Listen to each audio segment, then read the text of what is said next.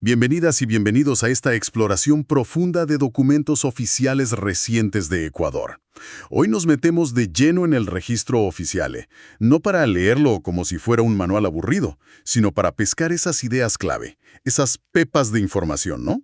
Exacto. Sobre temas súper variados, desde cómo se arman los clubes deportivos, nuevas reglas para el agro, cambios en la educación técnica, hasta cómo los municipios, intentan resolver problemas sociales o poner orden en sus calles y finanzas. Justo. A primera vista pueden parecer textos, digamos, muy técnicos, áridos, pero si les prestamos atención, nos cuentan un montón sobre cómo funciona el Estado, cómo se aplican las políticas en la práctica. Claro. Y cómo se intenta regular desde lo más cotidiano hasta lo económico.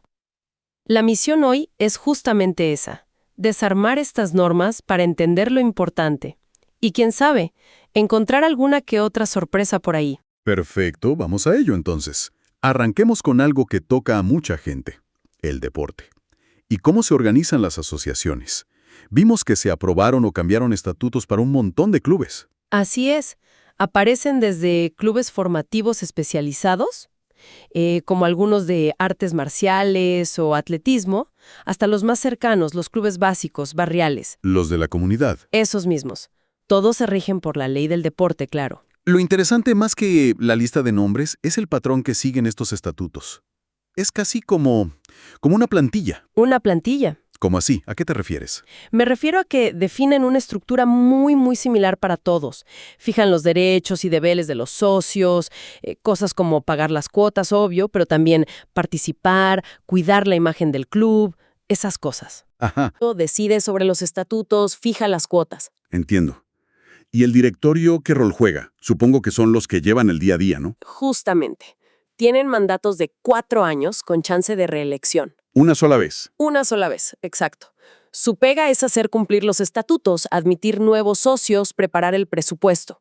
Y ojo con el tesorero, que maneja la plata y comparte responsabilidad directa con el presidente. Ah, mira. Un punto clave que se repite es el manejo de fondos. Todo lo que ingresa, incluso si es por autogestión, tiene que reinvertirse sí o sí en deporte o infraestructura. Nada de repartir ganancias. Cero fines de lucro ahí. Exacto. Además, exigen auditorías privadas anuales y compromisos formales contra el dopaje. O sea, se busca formalizar y transparentar, incluso a nivel del barrio. Me llamó la atención un detalle. Para los clubes de barrio se pide un mínimo de 15 socios para empezar. No parece mucho, pero bueno, pone una base. Es un umbral bajo, sí, pero necesario para tener una mínima estructura, digamos. Y esta tendencia a la formalización no se queda solo en el deporte, ¿eh? Vimos algo parecido con la aprobación de los estatutos reformados de AFABA. AFABA, la Asociación Ecuatoriana de Fabricantes de Alimentos Balanceados para Animales. Un sector bien distinto. Totalmente distinto, pero mira las similitudes. Sus fines son representar al gremio, impulsar mejoras técnicas, promover materias primas nacionales e incluso meterse en la discusión de las normas que les afectan. Quieren tener voz. ¡Claro! Y su estructura interna. Asamblea General, Junta Directiva, que se elige cada 2 años, un poco más corto que en los clubes, y una Junta de Fiscalización. Piden requisitos específicos para ser miembro, como tener la actividad correcta registrada en el RUC. Es verdad, se repite el esquema. Y también mencionan reglas sobre conflictos de interés para el gerente, auditorías externas anuales y que la asociación responde solo con su propio patrimonio. Exacto. Lo fascinante aquí no es solo la estructura formal en sí, sino lo que sugiere, ¿no? Parece que distintos sectores, desde el deporte barrial hasta la agroindustria, están creando o reforzando estas estructuras para interactuar de forma más ordenada con el Estado. Quizás para tener más peso, ¿no? Podría ser, o simplemente para cumplir con requisitos de formalización que vienen desde arriba. Es una profesionalización, por así decirlo, de la organización civil y productiva. Entendido. Y ya que mencionaste la agroindustria con AFABA, sigamos por esa línea. Vimos movimientos de agrocalidad. ¿Qué significa eso en la práctica? Bueno, Agrocalidad es la agencia que controla la sanidad de plantas y animales en el país, ¿cierto? Ajá, la sanidad agropecuaria. Eso. Lo que hicieron fue actualizar los requisitos fitosanitarios para importar ciertos productos. Hablamos de granos de girasol de Argentina, maíz y soya de Estados Unidos, cebada de Canadá. Productos importantes. Clave. Y esto no es un capricho, ¿eh? Se basa en análisis técnicos de riesgo de plagas. O sea, intentan proteger la producción local de posibles enfermedades o plagas que vengan de afuera. Precisamente, es un balance constante. Por un lado, necesitas importar estos productos, que son clave para la cadena alimenticia. Por ejemplo, para hacer ese mismo alimento balanceado del que hablábamos. Claro. Pero, por otro lado, tienes que ser súper cuidadoso para no traer problemas sanitarios que afecten tus propios cultivos o animales. Estas actualizaciones de requisitos son la herramienta para manejar ese equilibrio, basándose en la Ley Orgánica de Sanidad Agropecuaria. Tiene sentido. Y en otro rincón del mundo productivo, el de la economía popular y solidaria, la superintendencia, la SEPS, también tomó decisiones. ¿Qué pasó ahí? La SEPS, la Superintendencia de Economía Popular y Solidaria, básicamente puso orden en su registro. Declaró la disolución y liquidación de una asociación agrícola en Tanda, principalmente porque llevaba mucho tiempo inactiva. Ya no funcionaba, digamos. Exacto. Y también declaró extinguida otra asociación, Sumac Guayusa Yura, pero en este caso porque ellos mismos completaron su proceso de liquidación, o sea, terminaron formalmente. ¿Y qué implica eso de liquidación o extinción? Suena definitivo. Lo es. Son procesos formales para cerrar una organización. Implica notificar a otras entidades del Estado, como el SRI, el IES, el MIES. El servicio de rentas, el seguro social, inclusión social. Esas mismas. Y algo importante, si después de pagar todas las deudas queda algo de patrimonio, esas reglas dicen clarito que ese remanente tiene que ir a los fines sociales para los que se creó la asociación. No se puede repartir entre los socios. Ah, eso es clave. El dinero sigue el propósito original. Exacto. Es otra forma de asegurar que los recursos cumplan su propósito. Entiendo. También vimos movimientos administrativos en el Ministerio de Agricultura, como una subrogación temporal del ministro y un ajuste en un tema de compra de arroz. ¿Algo relevante ahí o más bien trámite? Parecen cambios más bien rutinarios de gestión interna. La subrogación fue por pocos días nada más, y la reforma al acuerdo sobre el arroz parece ser un ajuste de cronograma, algo técnico. Muestran que la maquinaria administrativa sigue funcionando, pero no parecen cambios de política profundos en estos documentos específicos. Ok. Pasemos del campo a las aulas, entonces. Hubo noticias importantes desde el Ministerio de Educación sobre el bachillerato técnico. Sí, esto sí me parece significativo, ¿eh?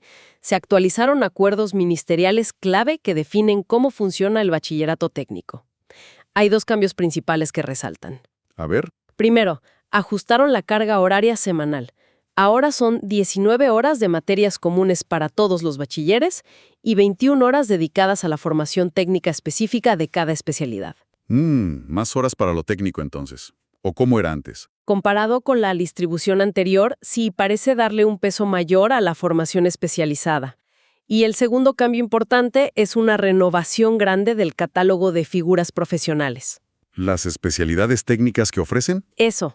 Reorganizaron y renombraron varias. Por ejemplo, ahora hay cosas como gestión financiera y contable, instalaciones eléctricas y automatización, mecanizado y construcciones metálicas. Suenan más modernos, ¿no? Quizás más conectados con lo que piden las empresas hoy. Esa es exactamente la idea declarada.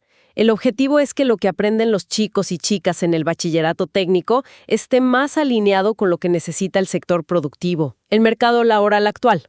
Que salgan mejor preparados. Claro, que tengan más herramientas para conseguir empleo o para seguir estudiando en la universidad o incluso para emprender su propio negocio.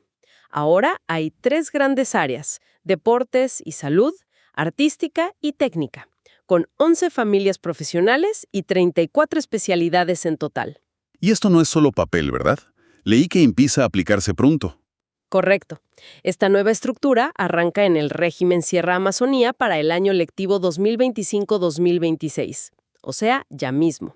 Es un cambio tangible que impactará a miles de estudiantes que optan por la formación técnica. Busca hacer esa formación más pertinente, más útil en la práctica. Interesante cómo se intenta conectar educación y mundo laboral desde la normativa. Ahora, bajemos al nivel local. Los municipios también han estado muy activos, sacando ordenanzas sobre temas súper diversos. Sí, aquí vemos cómo las prioridades nacionales a veces se traducen o no en acciones concretas a nivel cantonal y también surgen iniciativas muy locales. Podemos agruparlas un poco, ¿no? Dale. Por un lado, hay un foco claro en lo social, en la protección de grupos vulnerables. ¿Cómo cuáles? ¿Qué ejemplos vimos? Vimos ejemplos muy claros, fíjate. En Morona aprobaron una ordenanza que busca blindar los fondos para terapias inclusivas para personas con discapacidad. Blindar. ¿En qué sentido? En el sentido de que obliga a destinar un mínimo del 3% del presupuesto que ya está asignado a grupos de atención prioritaria específicamente para esto. La idea es que el servicio no dependa de la voluntad política del alcalde de turno, sino que sea algo constante. Asegurar la continuidad, clave. Exacto.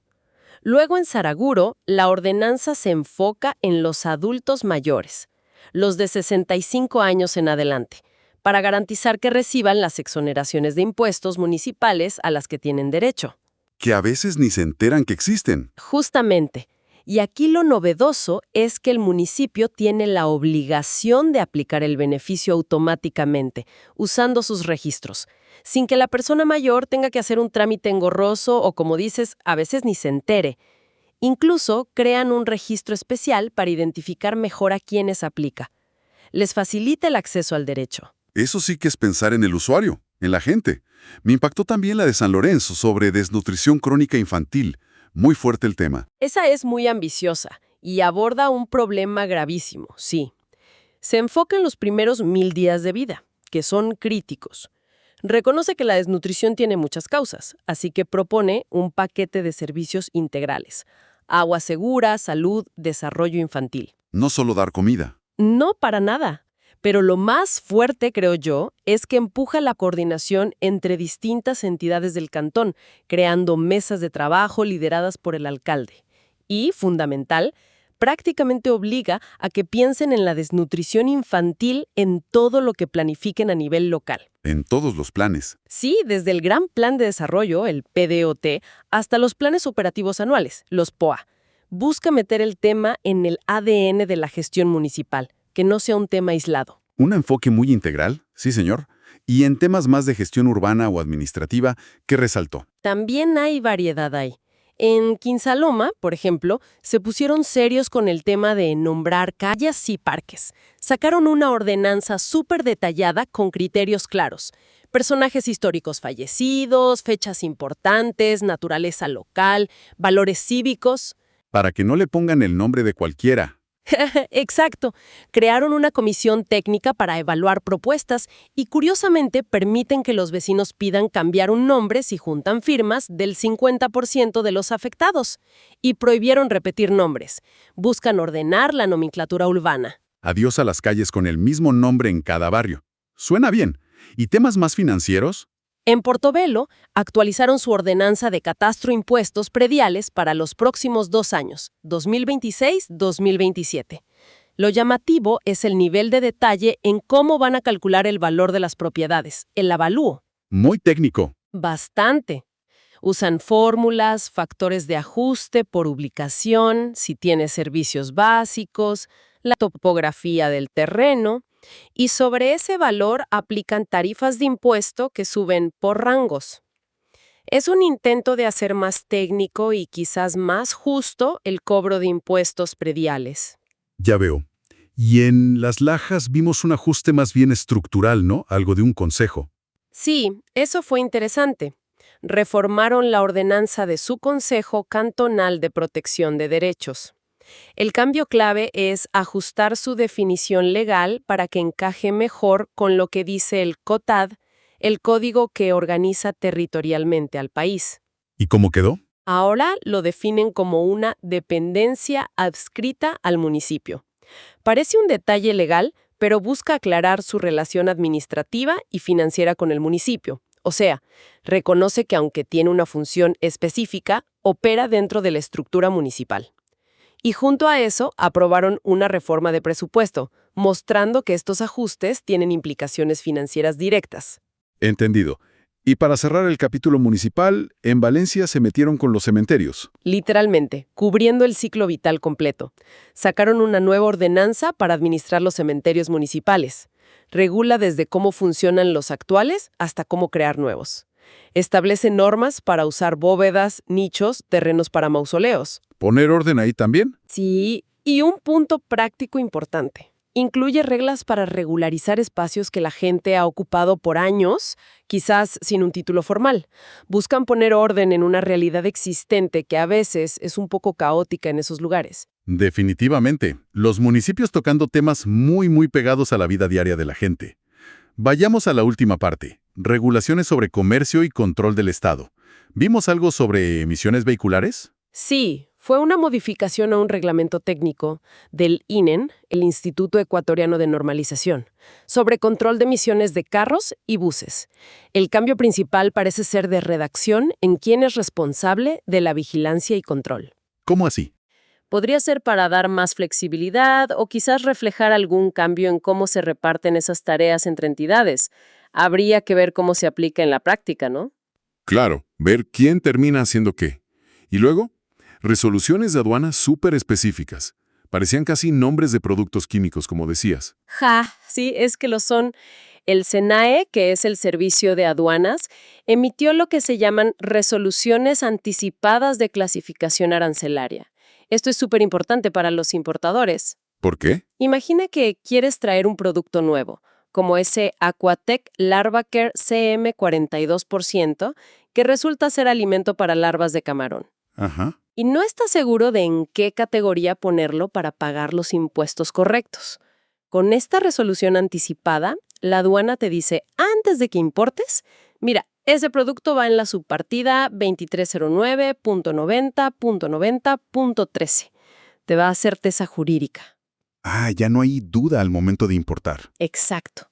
Lo mismo hicieron con Nuconex, un aditivo para alimento de pollos y peces, clasificándolo en otra subpartida, 2309.90.20.90.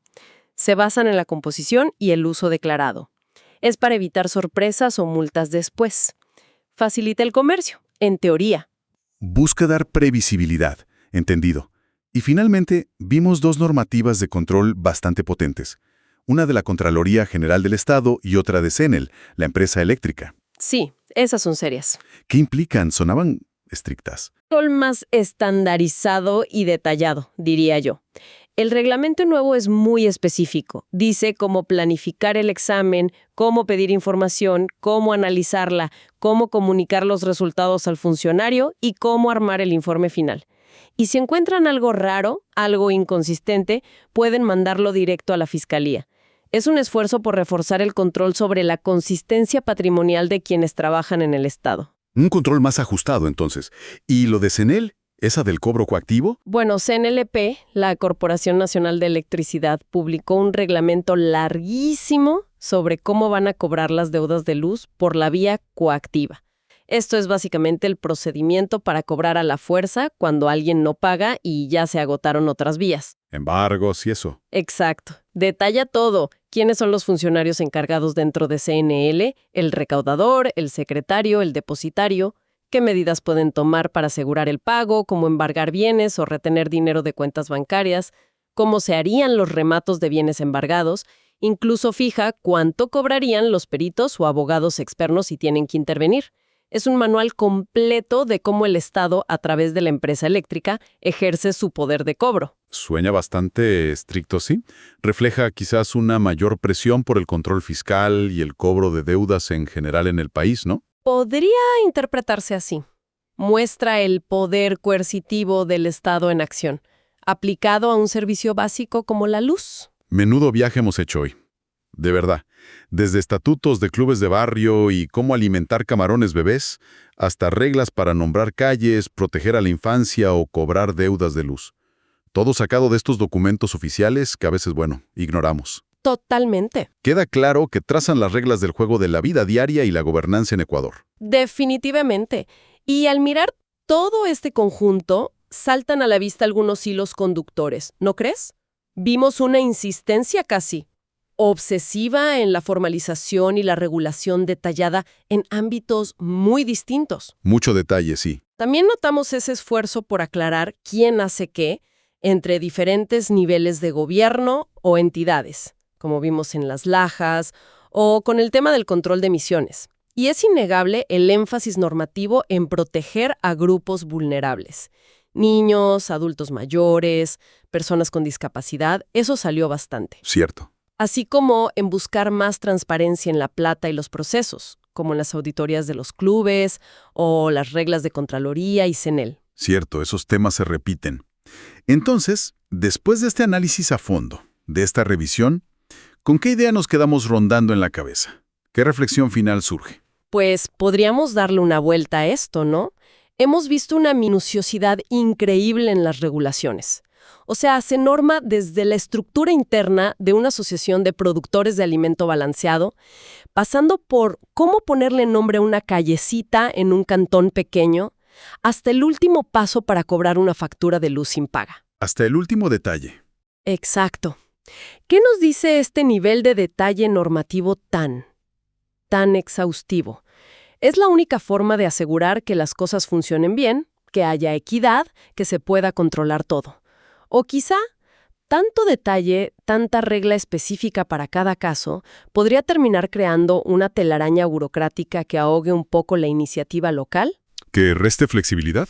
Claro, la flexibilidad para adaptarse a realidades cambiantes, o incluso la innovación. Es la eterna tensión, ¿no?, entre la necesidad de orden y control desde arriba y la autonomía o la agilidad desde abajo. Una pregunta abierta que surge al ver cómo se intenta regular casi todo aspecto de la vida en común en estos documentos.